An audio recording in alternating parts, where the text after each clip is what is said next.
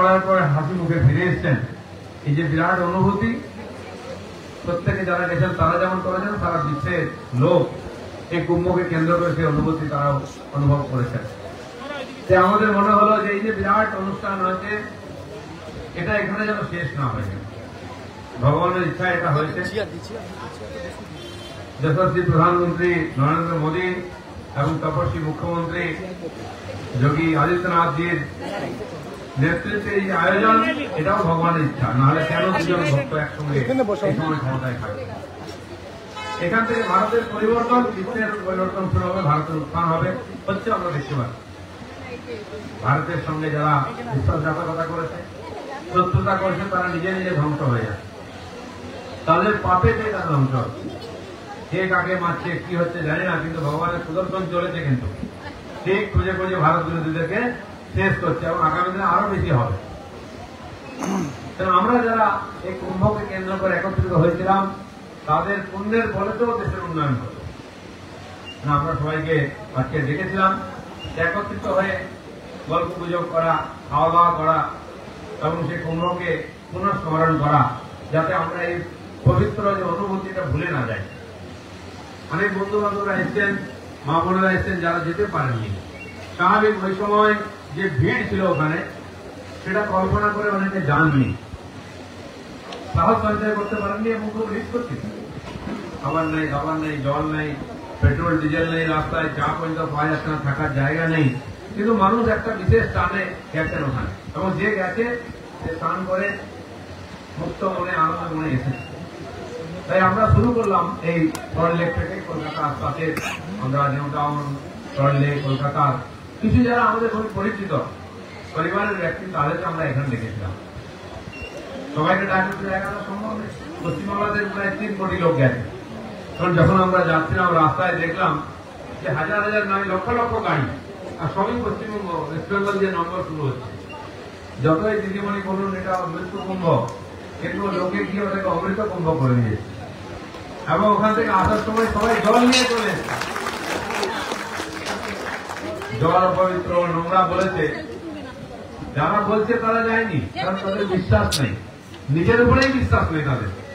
যাদের নিজের উপরে বিশ্বাস ছিল, ভগবানের উপরে ছিল, মা গঙ্গার উপরে বিশ্বাস ছিল, মহাকুম্ভের উপরে, তারা গেছেন এবং 5-5 লিটারের গ্যালনের জল নিয়ে এসেছেন মহাকুম্ভ সঙ্গমে। জলের স্তর নিচু হয়ে গেছে, গঙ্গার জল শেষ হয়ে গেছে, এমন অবস্থা। আমরাও এখানে সেই জল নিয়ে এসেছি, এতটা আনি সঙ্গমের জল এবং এখানকার গঙ্গার জলকে মিশ্রিত করে আপনাদের উপরে ছড়িয়ে দেওয়া হবে, যারা যেতে পারেননি তাদের। সেই জন্য এই জন্য কোনো দক্ষিণা নেওয়া হচ্ছে না, কিন্তু ভক্তদের সেবার জন্য সহযোগিতা করতে পারে। তা আমাদের এখানে কয়েকজন সন্ত এসছেন, আমি ব্যক্তিগতভাবে তাদের সঙ্গে পরিচিত ছিলাম না, ডাকিনি, কিন্তু তারা কারণ আমাদের আহ্বানে এসছেন, তাদের পবিত্র চরণধুলি এখানে পড়েছে। আর আমাদের পশ্চিমবাংলায় হৃদয় সম্রাট পূজ্যপাদ স্বামী প্রদীপ্তানন্দ মহারাজ, যাকে আমরা ভালোবেসে কার্তিক মহারাজ বলি, তিনিও কিছুক্ষণের মধ্যে এখানে আসছেন প্রধান অতিথি হিসাবে। তাকে আমি অনুরোধ করেছিলাম যে আপনি আসুন, আপনার আশীর্বাদ আমরা শুনব। তিনি ন্যাশনাল লাইব্রেরিতে আরেকটি হিন্দুত্বের প্রোগ্রাম ছিল, সেখান থেকে বেরিয়ে পড়েছেন, কিছুক্ষণের মধ্যে পৌঁছবেন। তিনি এখানে এলে তার আশীর্বাদ আমরা শুনব, আর তারপরে আপনাদের জন্য প্রসাদ রুটি ভোজন তৈরি হয়েছে, সেটা নিয়ে সবাই এখান থেকে যাত্রা করবেন। 9টার মধ্যে সমস্ত কিছু শেষ হয়ে যাবে, এটা আমরা আশা করছি। খুব কমই এরকম সুযোগ হয় কোনো উপলক্ষ ছাড়াই একত্রিত হওয়া, যেটা পরিবারের লোকেরা করে থাকে। পরিবারের লোকেরাই কোনো না কোনো সুযোগ একত্রিত হন, কারণ পরস্পরকে দেখলে আনন্দ হয়, পুরোনো স্মৃতির যোগে আছে। আমরা এক পরিবারের লোক। আমি বলছি না, আমেরিকার একজন সাধ্বী, যিনি বহু বছর ধরেই ভারতবর্ষে আছেন, জ্ঞান তপস্যা করছেন, যে মূলত আমেরিকান খ্রিস্টান পরিবারে জন্মেছিলেন, তিনি এখানে এসে তপস্বিনী হয়েছেন। তিনি স্নান করতে গিয়ে সেখানে, তার আমি ভিডিও দেখলাম, বক্তব্য আপনারা হয়তো দেখেছেন। তিনি বলছেন এই যে কোটি কোটি লোক এসেছে এখানে, এরা সবাই আমাদের পরিবারের লোক, আমরা এক পরিবার। তো একজন জিজ্ঞেস করলেন যে ভাই, কেউ কাউকে চেনে না, জানে না, কারো ভাষা জানে না, কে কোন ধর্মের জাতির লোক, কোথা থেকে কেউ জানেন, তাও কি করে পরিবার হয়? আপনি কি করে বলছেন? উনি বলছেন দেখুন, পরিবারের লোক না হলে কেউ একসঙ্গে স্নান করে না, সংকোচ হয় অন্যের সামনে, বিশেষ করে মহিলারা অন্যের সামনে আমরা স্নান করি না, আমরা তো বাথরুমে করি বা ঘেরা জায়গায় স্নান করি।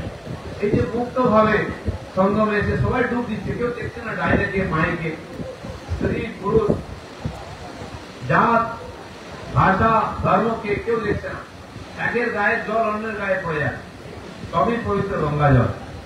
এই যে অনুভূতি, আর যে নিঃসংকোচ সবাই আমরা গঙ্গাতে ডুব মারছি একসঙ্গে ভেদাভেদ ভুলে, এটা পরিবারের লোক না হয় না, তাই আমরা সবাই এক পরিবার। এই যে বসুধৈব কুটুম্বকম ভারতবর্ষের যে আহ্বান, সারা বিশ্ব আমাদের আত্মীয়। মাতা মে পার্বতী দেবী, পিতা দেব মহেশ্বর, মাধব শিবভক্ত বসুধৈব কুটুম্বকম। সারা বিশ্ব আমরা সবাই মা গৌরীয়া পিতা মহাদেবের সন্তান, আমরা সবাই ভাই বোন, আর বিশ্বের সমস্ত মানুষ আমাদের আত্মীয়। এই যুক্তি কথা আমরা করে এসেছি, সেটা আবার প্রমাণ করেছে মহাকুম্ভ। সবাই আত্মীয় ভেবে এসেছে, আমাদের বাড়িতে অনুষ্ঠান, সারা বিশ্বের লোক চলেছে, গিয়ে তাহলে আমরা ডাকলে আর এসে কষ্ট করে থাকে, খায়, যে আনন্দে চলে যায়। কি খেলো না খেলো, শোয়ার জায়গা হলো কিনা কিছু মনে রাখে না। আমরা যখন যাচ্ছিলাম 17 ঘন্টার জায়গায় 23 ঘন্টা লেগেছে।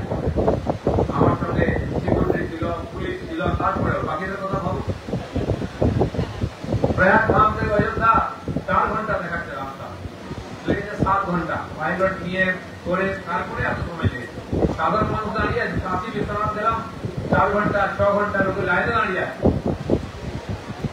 আমরা পাশ দিয়ে হেঁটে হেঁটে যাচ্ছিলাম, বিশেষভাবে একটু ব্যবস্থা হয়েছিল, তো বহু পশ্চিমবাংলার লোক লাইনে দাঁড়িয়ে আছেন, দেখতে পেয়ে দিলীপদা জয় শ্রীরাম, দিলীপদা জয় শ্রীরাম ওখান থেকে বলছেন লোকেরা।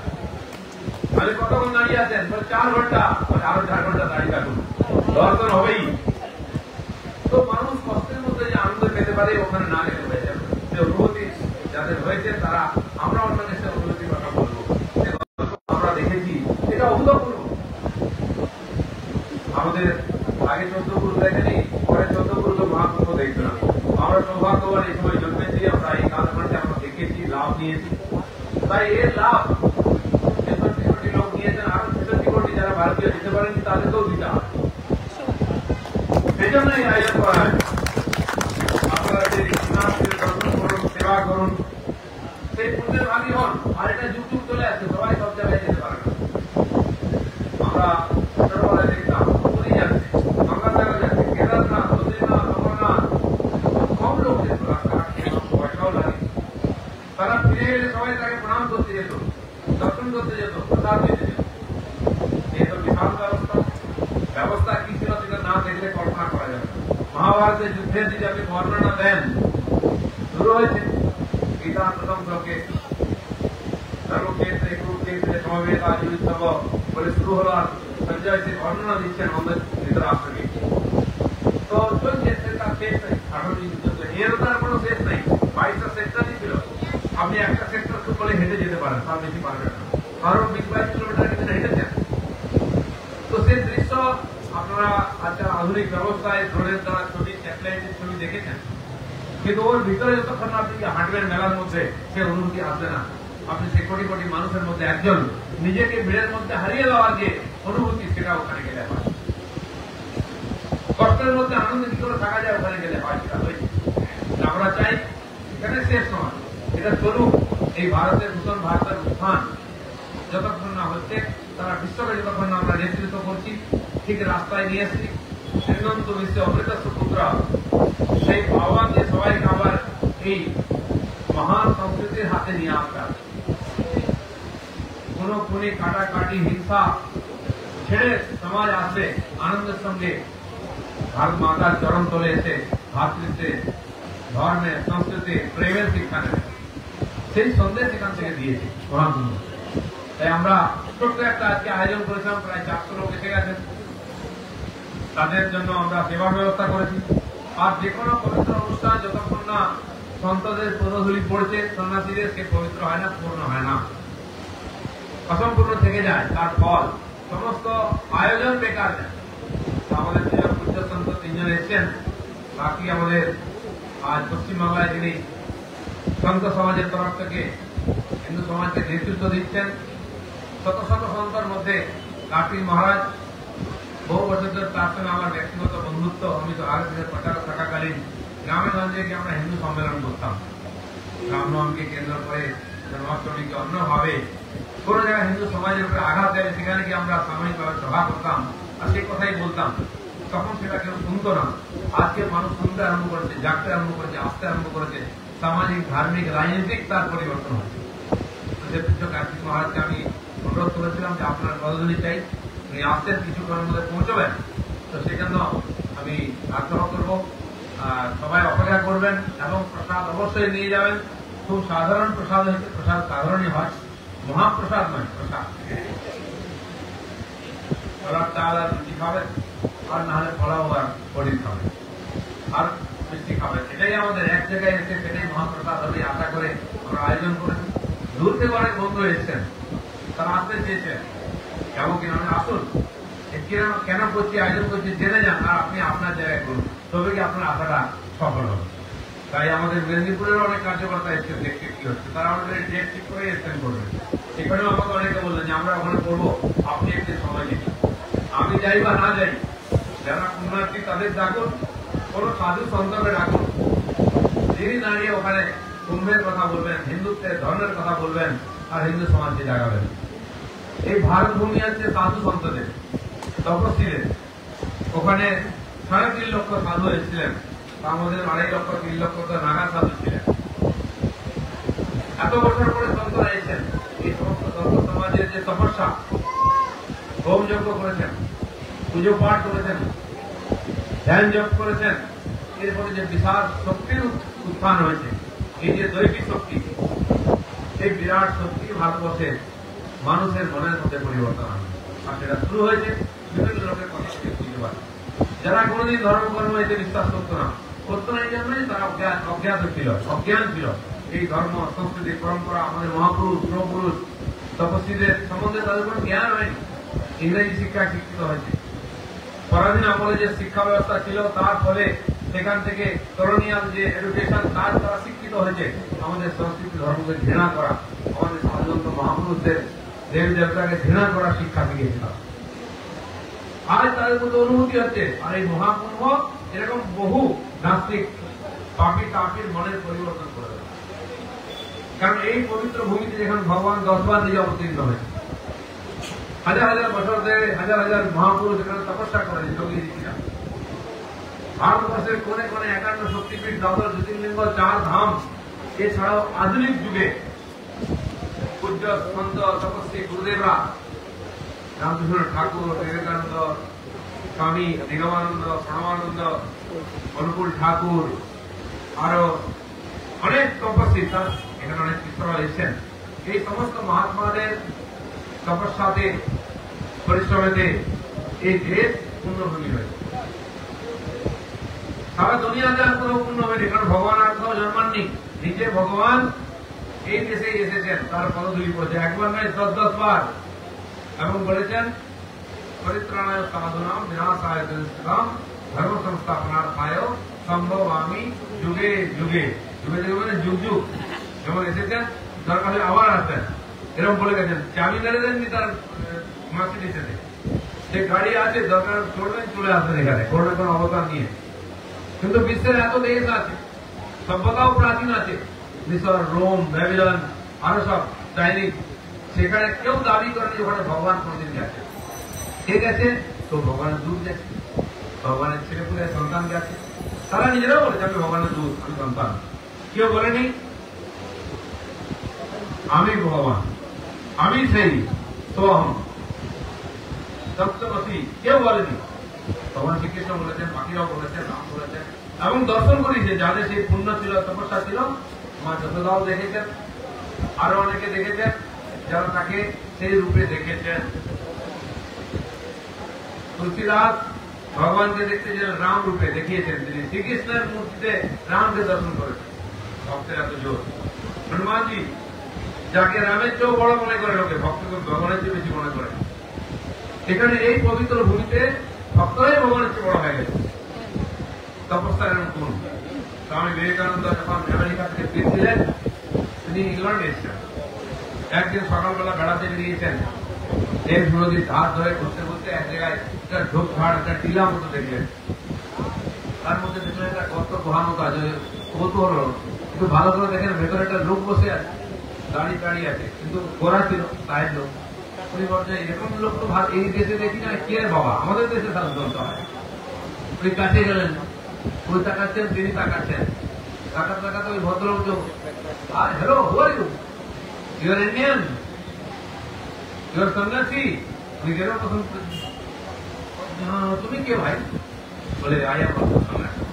বেটা এখানে আবার সন্ন্যাসী করতে গেল, এরপর গোরা সন্ন্যাসী। তো কাছে ডাকলো, উনি গেলেন, কি বলছি ব্যাপারটা কি, তুমি এই ধূপের মধ্যে বসে আছো কেন, গুহার মধ্যে? বলছে আমি এখানে তপস্যা করছি।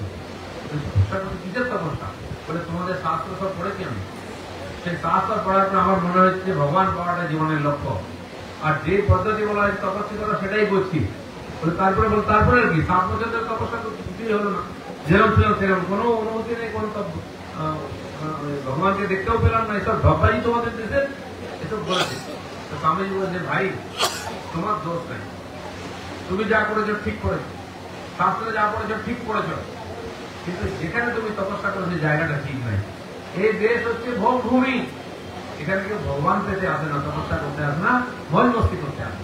আর তোমাকে যে সত্যি সত্যি ভগবান পেতে হয়, উনি আরো বললেন যে আরো 7 বছর তপস্যা করলো, তোমার কোনো লাভ হবে না। তাহলে বলে তার ভাগবত, ওটা হচ্ছে তপভূমি, পুণ্যভূমি। চলো হিমালয়ে গিয়ে বসলেই আপনার কাজ হয়ে যাবে। যুগ যুগ ধরে শত হাজার হাজার সন্ন্যাসী তপস্বী ঋষি ওখানে তপস্যা করে সিদ্ধি লাভ করেছেন, সত্যকে উপলব্ধি করেছেন। তো তোমাকে যদি ভগবানকে পেতে হয় তাহলে ভারতবর্ষে আসতে হবে, এসব পুণ্যভূমিতে তুমি ভগবান দর্শন করতে। স্বামী বিবেকানন্দ।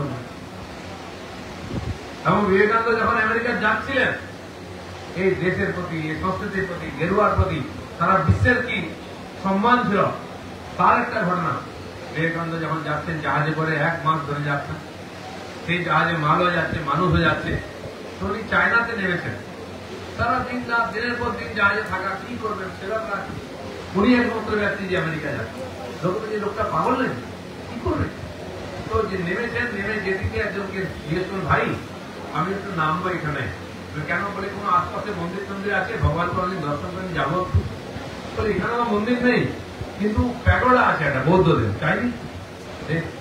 বলে তাই চলবে, তাই চলবে, বলো তুমি আসলে আমাকে নিয়ে চলো। সে বলে যাবেন এখানে? বলে হ্যাঁ যাবো।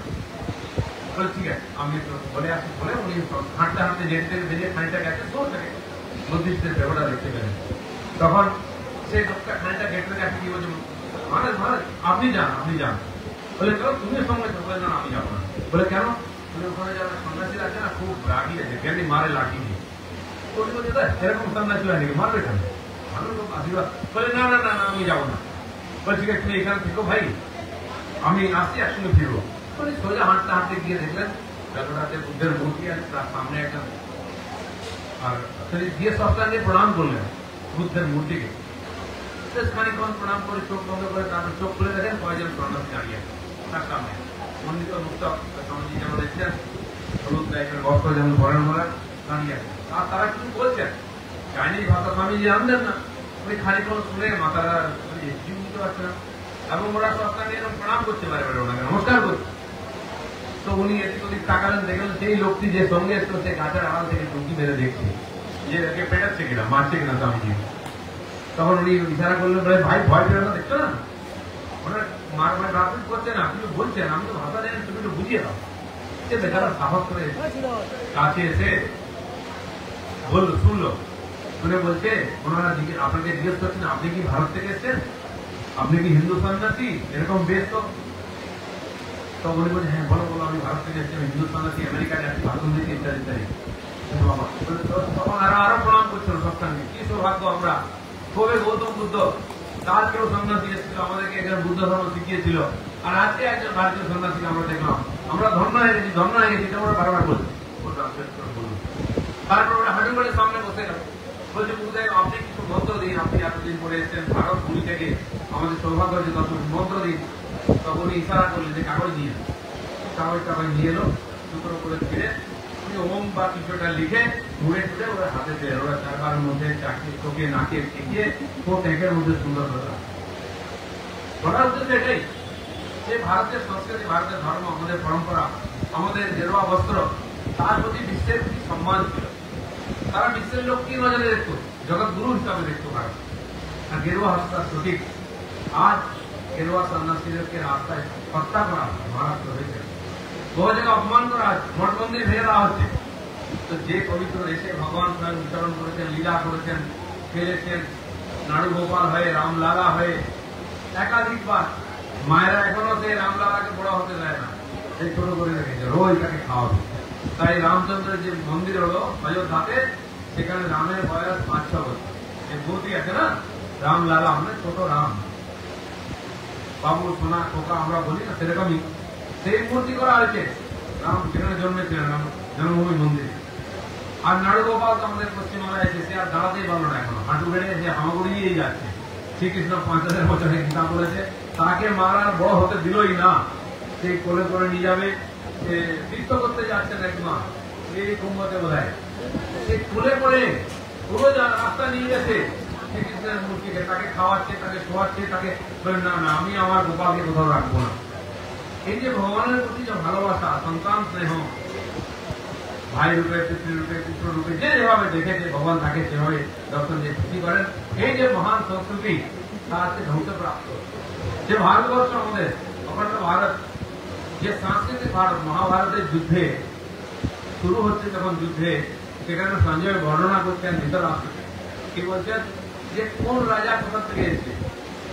মামা শকুনি গান্ধার থেকে এসেছেন, এখন যে আফগানিস্তান বোম ফাটতে রয়েছে, সেখান থেকে শকুনি এসে রাজপুত্র ছিলেন। তারপরে যত দেশ নাম পাল্টে গেছে অনেক, তো শ্রীলঙ্কা থেকে আরম্ভ করে, ব্রহ্মদেশ থেকে আরম্ভ করে, আর নেপাল, ভুটান, বাংলাদেশ, আফগানিস্তান, পাকিস্তান, এই যে অখণ্ড ভারত, সেই সময় যে দেশের নাম ছিল নাম পাল্টেছে, কিন্তু সেইটাই সাময়িকভাবে অখণ্ড ভারত, যার 1/3 আমাদের Bharat, India, that is Bharat এখন আছে। বাকি সব আরো দেশ 10 খণ্ড হয়ে গেছে। কিন্তু তার সঙ্গে খালি ভূমি নয়, অরবিন্দ বলেছেন লোকেরা এই দেশকে একটি ভূখণ্ড মনে করে, কাঠ পাথরের সমাহার মনে করে, আমি এই দেশকে মা মনে করি, পুজো করি। সেই অখণ্ড ভারতের পুজো করেছেন, তাতে সিদ্ধি লাভ করেছেন পণ্ডিতের যে সেই অখণ্ড ভারতের যে ভূমি আছে না, তার মধ্যে এখন একটা আস্তিক টান আছে। তাই আজাদ কাশ্মীর বলছে আমরা ভারতে ছিলাম, বেলুচিস্তান বলছে আমরা ভারতে চলে আসি, হ্যাঁ, আরো কোথায় কোথাও সিন্ধ বলছে আমরাও ভারতের সঙ্গে থাকবো। কারণ যুগ যুগ ধরে এই ভারতবর্ষের যে মাহাত্ম, যে আন্তরিকতা, যে সংস্কৃতি, সেটা আমাদের ধরে রেখেছে।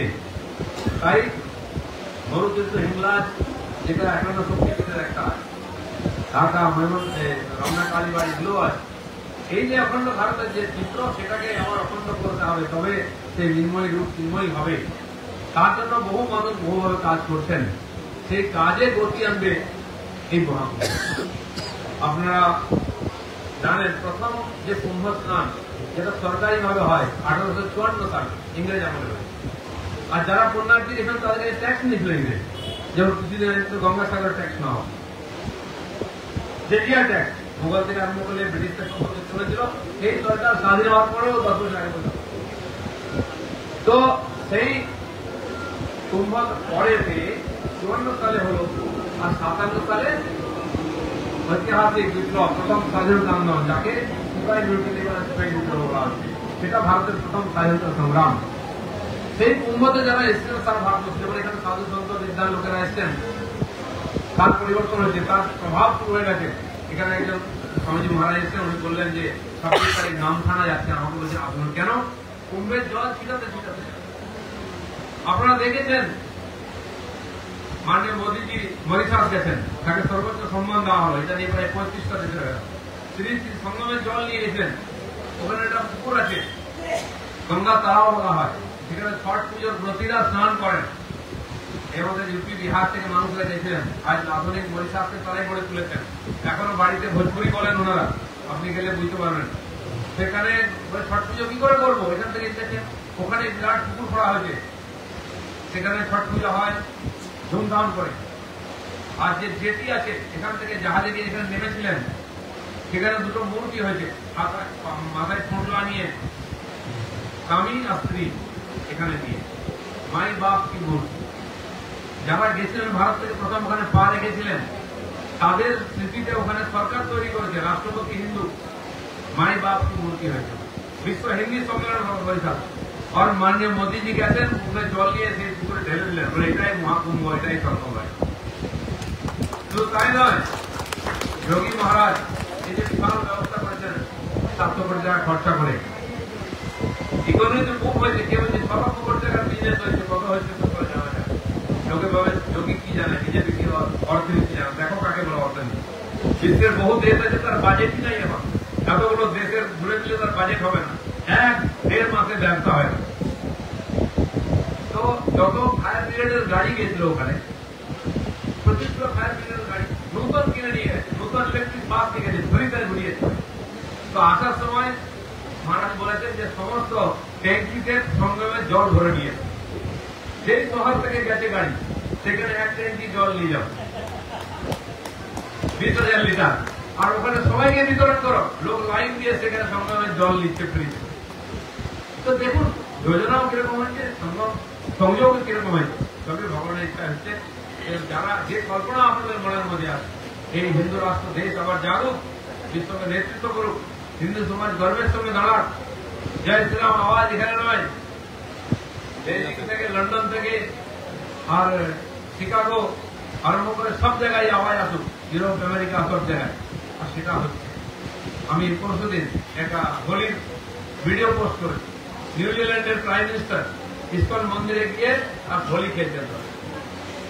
হোয়াইট হাউসেতে দীপাবলির উৎসব হচ্ছে, ডাউনিং স্ট্রিটে দীপাবলির উৎসব হচ্ছে লন্ডনে।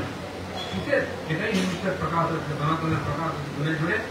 আর এর জন্য যেমন লক্ষ লক্ষ সাধু সন্ত, তারা তো আগে থেকে করতেনি, কিন্তু বহু সাধু সন্ত আশ্রমের মধ্যে, মন্দিরের মধ্যে, ওর মধ্যে সীমাবদ্ধ, পুজো পাঠ প্রবচন লঙ্গর চলত। আর তারা সব আশ্রমের মহামায়া ত্যাগ করে সুখ ছেড়ে দিয়ে ঘটনা নিয়ে, চিমটি নিয়ে বেরিয়ে পড়েছেন, গাড়ি নিয়ে ঘুরছেন, গ্রামে গ্রামে প্রবচন করছেন, হিন্দুত্বের আলোক জানায়। সেরকম বহু ধার্মিক সংস্থা, সামাজিক সংস্থা রাষ্ট্রীয়তা, হিন্দুত্ব জাগাবার জন্য নিরন্তর প্রয়াস করছেন। আর এই ধরনের সভা সমিতি মেলার মাধ্যমে মানুষের মধ্যে সেই দেশাত্মবোধ বা হিন্দুত্ববোধ জানে। আপনারা জানেন 4টে জায়গায় কুম্ভ হয়, আর আমাদের এখানে ত্রিবেণী বলে জায়গা আছে, কল্যাণী থেকে যে ব্রিজ ওপাশে গেছে ব্যান্ডেল, সেই ব্রিজের নিচেই পাশে আছে ত্রিবেণী, কথিত আছে এখানেও 3টি নদীর সঙ্গম। উত্তর 24 পরগনার এদিক থেকে যমুনা বলে একটি ছোট নদী গিয়ে মিলেছে ওখানে, আর ওখান গঙ্গা তো আছেই, তার পাশ থেকে সরস্বতী বলে একটা ছোট্ট নদী প্রায় লুপ্ত হয়ে গেছে। এই 3টে নদী এখানে মিলেছে, এটাকে সঙ্গম বলা হয়। এবং রীতি ছিল সন্তরা গঙ্গাসাগর স্নান করে ফেরার সময় ত্রিবেণীতে স্নান করে প্রস্থান করতেন। গত 2-3 বছর ধরে কিছু হিন্দুত্ববাদী মানুষ এবং সাধু সন্তরা সম্মিলিত হবে ওখানে ত্রিবেণী সঙ্গমে, আর সংক্রান্তির মেলা শুরু করেছেন। আমারও সৌভাগ্য হয়েছিল, আমি 13 তারিখ স্নান করলাম গঙ্গাসাগরে। গঙ্গাসাগরের লোক নেই, ফাঁকা, কারণ সবাই কুম্ভে চলে যায়। তবে প্রতি বছর তো সাগর হয়, মহাকুম্ভ তো 144 বছরে হয়, অতএব ওখানে যাই। ওখানে গেলাম, তো কুম্ভ স্নান করলাম, তারপরে সরজু স্নান করলাম, রামবাবাকে দর্শন করলাম, কাশী দর্শন করলাম, এসে ত্রিবেণীতে শেষ করলাম স্নান। তো আর হয়েছে আমার এর আগে ভারত কুম্ভ 6 বছর আগে, পূর্ণ কুম্ভ 12 বছর আগেও স্নান করার সুযোগ হয়েছে। এবং ভগবানের ইচ্ছায় রাজনীতি করতে এসেছি, মনে হচ্ছে হিন্দুত্ব আছেই, ভগবান খালি সুযোগ করে দিচ্ছেন, এমএলএ এমপি হয়ে লোকে অনেক কিছু করে, আপনারা জানেন, আর তারপরে কোথায় যেতে হয় সেটাও জানেন। কিন্তু আমি ভারতবর্ষে 12 জ্যোতির্লিঙ্গ দর্শন করেছি, 51 পীঠের বহু পীঠ আর 4 ধাম দর্শন করেছি, এবং পশুপতিনাথ থেকে আরম্ভ করে রামেশ্বরম যত বড় তীর্থ আছে। ওদিকে চীনের বর্ডারে অরুণাচল প্রদেশে একটা জায়গা আছে পরশুরাম কুণ্ড, একটি নদী আছে রোহিত নাকি নদী, লোহিত, তো একদম শেষ প্রান্ত, অরুণাচলের শেষ। কথিত আছে পরশুরাম বাবার আদেশে মায়ের শেষ প্রান্ত, মাতৃ হত্যা, সেই পাপেতে সে তুষার তার হাতে আটকে গেল। তখন বললে ছাড়বে কি করে, বলা হলো যে ওই কুণ্ডে স্নান করলে হবে। তিনি স্নান করেছিলেন, নাম হয়েছে পরশুরাম কুণ্ড, দুর্গম জায়গা, সেখানেও আমার যাওয়ার সুযোগ হয়ে স্নান করেছি। আর পশ্চিমের শেষ সোমনাথ, নাগেশ্বর আর দ্বারকা দর্শন করার সুযোগ হয়েছে। সেই জন্য আর খালি কেদারধাম হয়নি, রাস্তাঘাটের তো হয়েই যাবে। বাকি বৈষ্ণব দেবী থেকে আরম্ভ অমরনাথ সব হয়েছে। তো এটাও সকলের মতো সুযোগের ব্যাপার। ভারতে যদি চিন্তা হয় তীর্থযাত্রার ব্যবস্থা এই জন্যই আমাদের পূর্বপুরুষ করেছেন, দেশকে চিন্তা হবে। ঠাকুর রামকৃষ্ণ এক লাইন পড়েননি, তার বক্তব্য আজকেও যুগান্তকারী। সাধু সন্তরা পড়াশোনা জানতেন না, বড় তপস্বী হয়েছেন, তীর্থযাত্রা করে সারা দেশ ঘুরে দেশকে জেনেছেন, লোক কার মাধ্যমে দেশকে জেনেছেন। তো সেই জন্য এই পরম্পরাকে ধরে রাখার জন্য আপনিও তীর্থযাত্রা করুন। আমরা সেই জন্য পয়সা বাঁচাই। হিন্দুতে বলা হয়েছে যে যা উপার্জন করবে অর্ধেক খরচা করবে, কোয়ার্টার জমা করবে, কোয়ার্টার দান করবে। দান ধ্যান তীর্থযাত্রার জন্য 4 আনা, চিকিৎসা ইত্যাদি মেয়ের বিয়ে দেওয়ার জন্য 4 আনা জমা করবে, ছেলেকে পড়াবার জন্য, আর 8 আনা খরচা করবে। এটা হচ্ছে জীবন, কারো সমস্যা হবে না। আমি জানি না এখন পাশ্চাত্য বলছে খাও প্রিয় জিও। আমাদের দেশে একজন সন্ত ছিলেন, তার নাম চারবাক। বলুন একবার সবাই ওঙ্কার ধ্বনি দিন, ও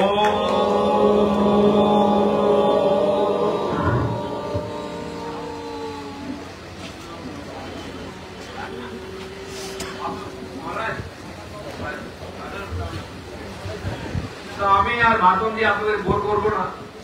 ভালো লাগছে, ভালো লাগছে, আরেকটু বলুন। ভালো লাগছে, ভালো লাগছে, 8 ঘন্টার মধ্যে কার্যক্রম শেষ করবো। ধন্যবাদ। ভালো লাগছে না স্যার?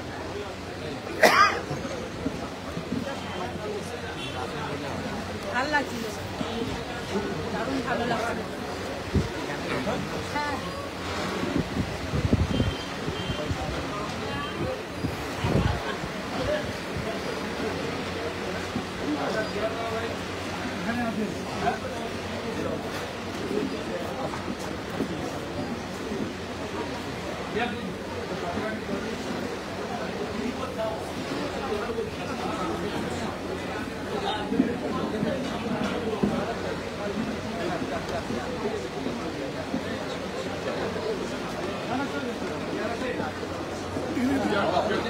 পিছিয়ে